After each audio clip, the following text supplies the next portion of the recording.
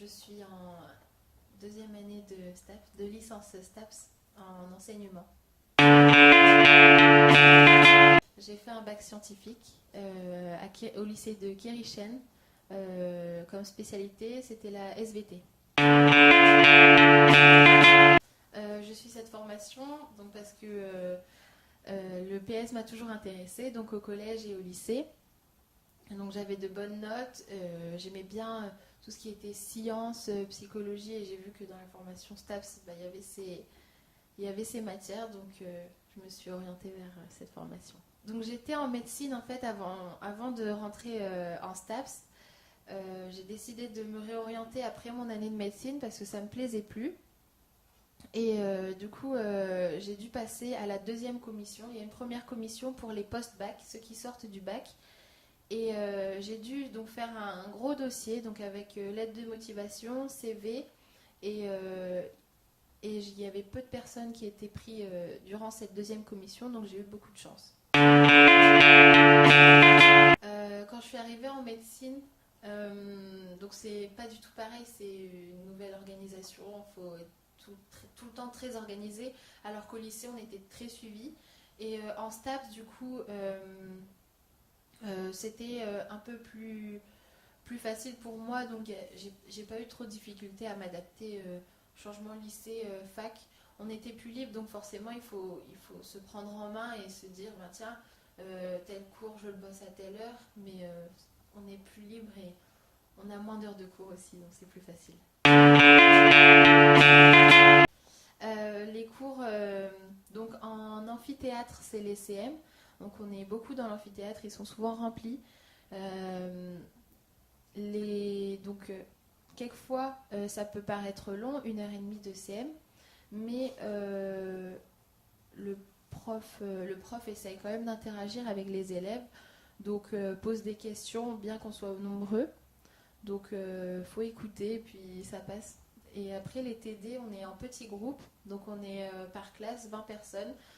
On est toujours, donc c'est les classes qui sont faites au début d'année, on restera toute l'année avec la même classe.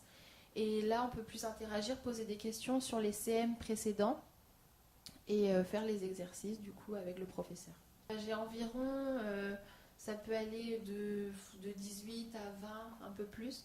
Donc avec les heures de sport, en plus après à côté on peut faire du sport au SWAPS pour s'améliorer.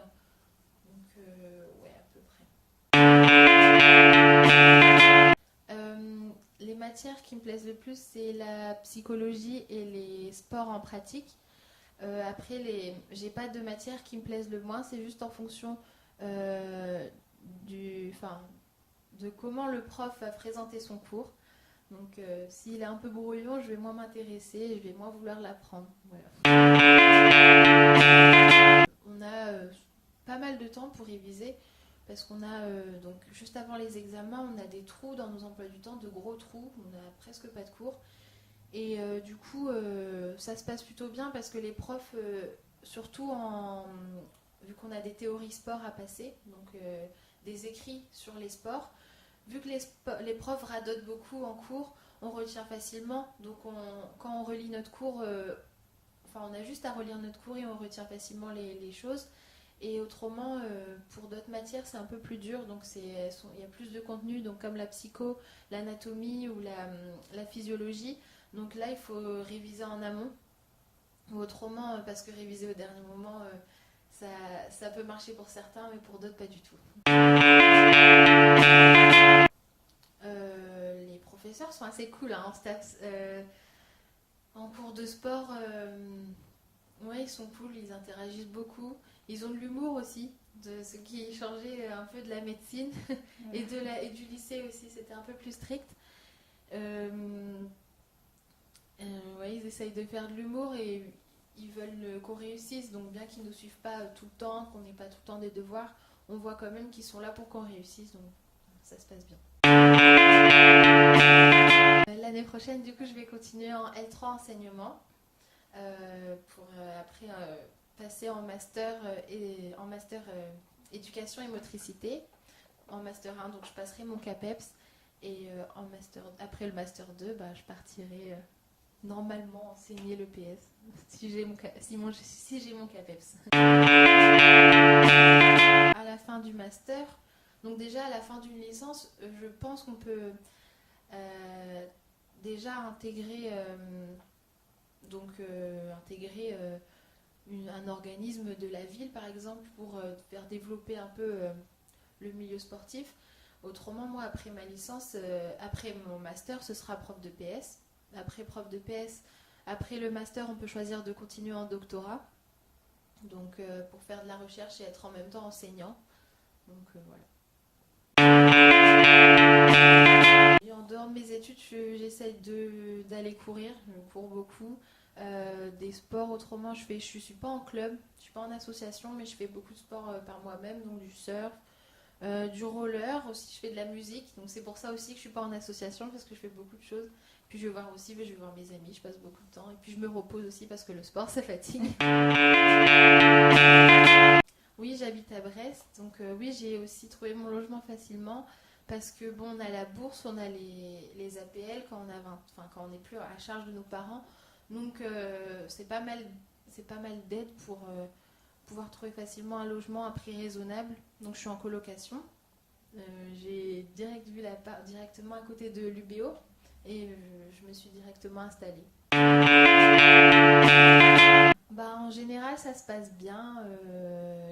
Les élèves il y a une très bonne ambiance parce que l'association STAPS fait en sorte que tous les élèves se côtoient et dans des soirées, par exemple, où il y a beaucoup de choses organisées. Donc surtout en L1, c'est surtout en L1 que je me suis bien amusée.